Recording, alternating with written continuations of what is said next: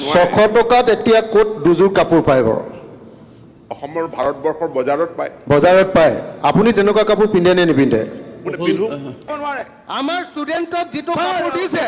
তাতকে এটা গেঞ্জিৰ দামো এমএলএ পিন্ধাৰ দাম বেছি এটা গেঞ্জিৰ দামো বেছি আমাৰ কোন কোন ল'ৰা ছোৱালীৰ ওপৰত এনেকুৱা অত্যাচাৰ কেতিয়া মানি লোৱা নহ'ব 600 টকাত এতিয়া কোট দুযোৰ কাপোৰ পায় বাৰু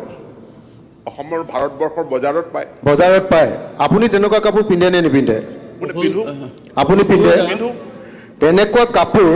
ষ্টুডেণ্টক আপুনি যিটো কাপোৰ পিন্ধিবলৈ দিছে 600 টকা তাৰো আকৌ 20% কমিশ্যন খাব হেৰিবিলাকে ঠিকাদাৰবিলাকে এইটো কেতিয়াও হ'ব নোৱাৰে ডিপুটি স্পিকাৰ ছাৰ এইটো কেতিয়াও হ'ব নোৱাৰে অধ্যক্ষ উপাধ্যক্ষ ডাঙৰীয়া এইটো কেতিয়াও হ'ব নোৱাৰে এইটো হ'ব নোৱাৰে উপাধ্যক্ষ ডাঙৰীয়া আমাৰ যিটো অন্যায় কৰিছে